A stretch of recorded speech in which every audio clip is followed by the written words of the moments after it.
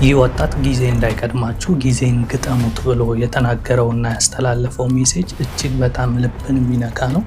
በጣም ነው ያሳዘነኝ። ከእዝነቱ ባሻገር ግን መልእክቱ እጅግ በጣም ጥልቅና ለብዙዎቻችን የማስተዋል ደውል ስለሆነ እስኪ አብረን እናዳምጠው። ምን ሆነ መሰላችሁ? ጎሚስታ ነበር የምሰራው። ከዛ ፊት ምንም አይነት ስራ አልሰራም ነበረ። ተማሪ ነበርኩ፣ ምንም አይነት ስራ አልሰራም ነበረ። ቤት ውስጥ ብዙ አመት ቁጭ ብዬ ነበር ምናምን ነገር እና ጎሚስታ ገባው ምናምን ነገር ባይዘው ወይኔ የሚሰራው ለቤተሰቤ ምናምን። እናቴ ካንሰር ታማሚ ነበረች በዛ ታይም ማለት ነው። እና የሆነ ነገር ማድረግ ፈልግ ነበር ግን አልችልም ነበር በዛ ታይም። ከዛን ጎሚስታ ገባው ሰራው።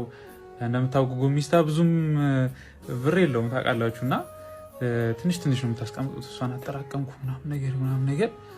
ከዛን የሆነ ባህል ነገር መጣ ማለት ነው። ከዛን የሆነ ዘይት ወይ ዶሮ ምናምን ነገር ማለት ነው። የዛኔ ርካሽ ነበረች ለመግዛትና ቀናቴ ምናምን ለማስደሰት ምናምን ነገር እንደዛ ምናምን አስቤ ስለማልችል እንደዛ ምናምን አስቤ እንደ ቅዳሜ ልሄድ ላይክ ኔክስት ዊክ ለመሄድ ዛሬ አስብኩ ምናምን ብር አዘጋጀሁ ምናምን ነገር። ከዛ ቅዳሜ ልሄድ ዓርብ ዕለት እናቴ ሆስፒታል ገባች ማለት ነው። ሆስፒታል ገባች።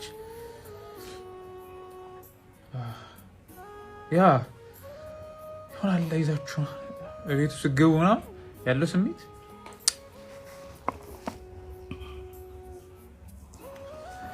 እንደዛ ለማድረግ ነበር አሉ ነው።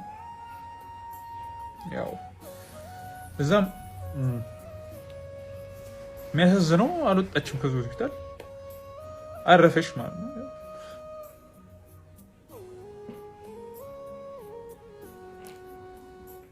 እና ምን ልላችሁ ነው፣ ጊዜ እንዳይቀድማችሁ።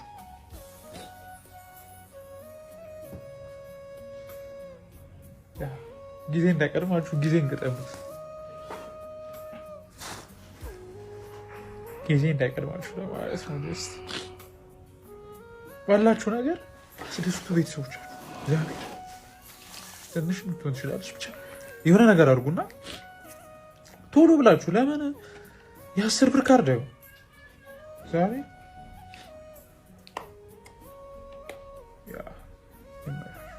እና ይሄን ለማለት ነው።